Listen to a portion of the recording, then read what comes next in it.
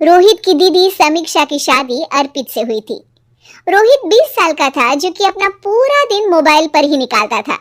कभी पबजी खेलता तो कभी यूट्यूब चलाता। एक दिन अर्पित और समीक्षा समीक्षा के मम्मी पापा से मिलने आते हैं और देखते हैं कि रोहित मोबाइल से हटने को तैयार ही नहीं है। अरे रोहित, तुम्हारी तो आईआईटी की परीक्षा है ना? तुम तैयारी नहीं कर रहे हो परीक्षा की? वो सब तो मोबाइल पर ही हो जाएगा। ये देखिए, ये है गूगल। इससे जो भी पूछो वो सब बता देता है। तो आखिर कागज क्यों बर्बाद करूं? अरे पर तुम इन प्रश्नों की तैयारी बिना लिखोगे कैसे? उसमें क्या है, ये देखिए नोटपैड, बिल्कुल कॉपी जैसा है, इसी पर कर लूंगा। हम जब तुम्हारी उम्र के थे तब हम दोस्त मिलकर प्रश्न हल किया करते थे। उससे हमारी हैंडराइटिंग की भी प्रैक्टिस हो जाती थी और समय का भी अंदाजा लग जाता था। और फिर साथ में हम एक दूसरे की मदद भी कर देते थे अगर कोई अटक जाए तो। आपका जमाना अलग था जीजा जी, अभी जमाना फास्ट और स्मार्ट हो गया है। जमाना क्या, अब तो फोन भी स्मार्ट हो गया है। समय के साथ बदलना पड़ता है जीजा जी। अब बस भी कीजिए, आप हर चीज को लेक्चर में बदल देते हैं। रोहित अच्छा कर लेता है परीक्षा में।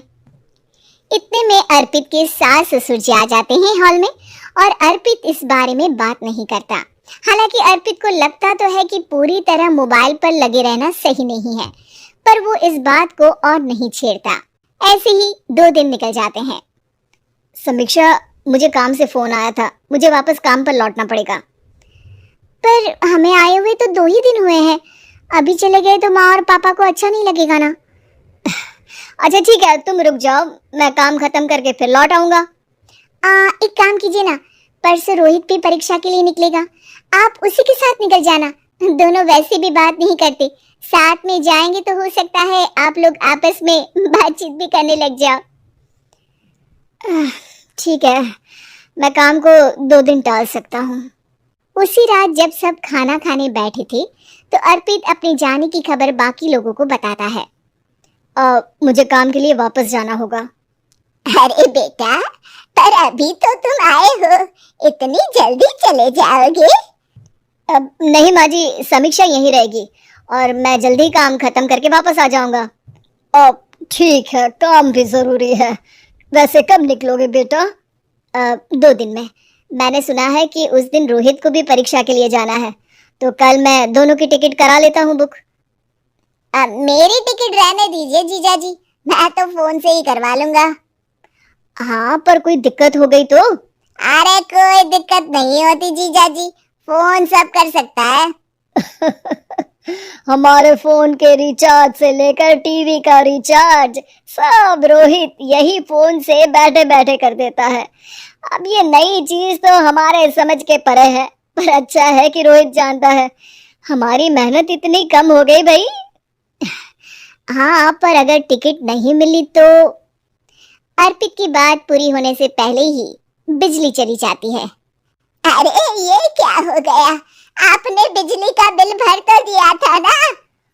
अरे नहीं, मैं तो भूल गया था। अरे टेंशन मत लो माँ। देखा जीजा जी, आप बिजली का बिल भी भर सकते हो, समय बदल गया है। एक बार फिर अर्पित इस बात पर बहस नहीं करता। अगले दिन जाकर अपनी टिकट करवाता है और पैकिंग कर रहा होता है जब शाम को अचानक से रोहित के चिल्लाने की आवाज आती है। नहीं, प्लीज प्लीज हो जा, ऐसा मत कर यार, प्लीज हो जा। अरे क्या हो गया रोहित? दीदी, सर्वर हैंग हो गया, मेरी टिकट नहीं हो पाई दीदी। क्या मतलब टिकट नहीं हो पाई? इतने में वहां रोहित की मम्मी और पापा भी आ जाते हैं। अरे क्या हो गया? माँ, मेरा टिकट नहीं हो पाया, सर्वर डाउन हो गया। अरे पर तूने तो बोला था कि हो जाएगा। हो जाता है, पर अब क्या करूं, ये क्या हो गया? अब कल की तो कोई बस भी नहीं है, ना ही अब टिकट मिलेगी ट्रेन की कल के लिए। मुझे तो कोई रास्ता नहीं दिख रहा। अब फिर लगता है मेरा ये साल बर्बाद हो जाएगा। घर पर एकदम से दुख का माहौल छा जाता है और सब रोहित को डांटते हैं, पर इतने में अर्पित वहां आ जाता है। आप सब रोहित को क्यों डांट रहे हैं? आपने ही तो उसे बढ़ावा दिया था ना। लेकिन इसकी लापरवाही के कारण इसकी परीक्षा छूट जाएगी। इसने तो हमसे कहा था कि टिकट हो जाएंगे। हे भगवान, अब क्या होगा? चिंता करने की कोई बात नहीं है, मैंने एक एक्स्ट्रा टिकट करवा ली थी। मैं समझता हूँ कि मोबाइल हमारा ही काम आसान करने के लिए है, पर उस पर ही पूरी तरह से निर्भर होना तो गलत बात है ना। रोहित टिकट को देखकर बहुत खुश हो जाता है और जोर से जाकर अपने जीजाजी के गले लग जाता है।